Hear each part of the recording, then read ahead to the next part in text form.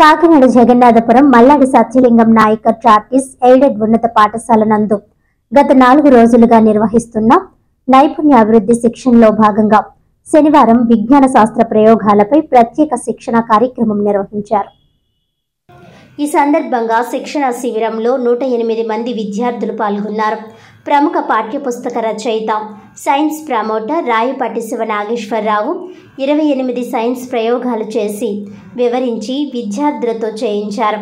అనంతరం ఆయన మాట్లాడుతూ ప్రతి విద్యార్థి సైన్స్ పట్ల ఆసక్తిని పెంచుకోవాలని తెలిపారు.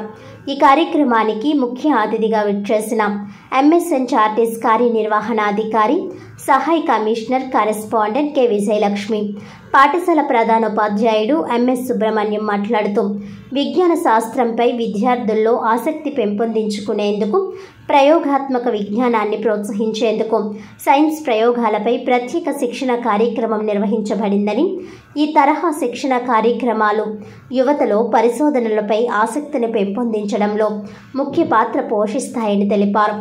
ఈ కార్యక్రమంలో Balavedika convener Nori Balaramakrishna, CCRT resource person KVSS Prasad, ఉపాధ్యాయులు G Mary Vijay Kumari, V Padmavathi, G Srinivas, MVS Sivaramakrishna, Kesari Srinivasarao తదితరులు పాల్గొన్నారు.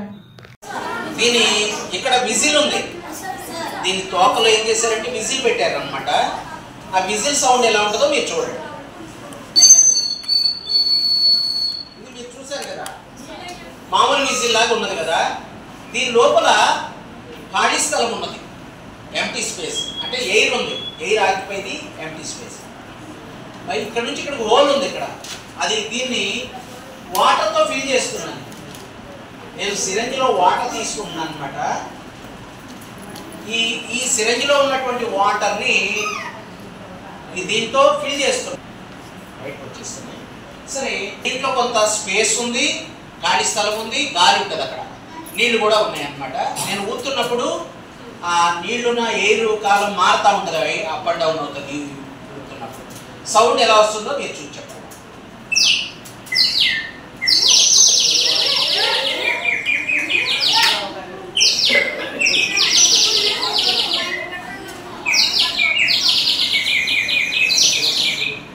ఎలా అనిపించింది?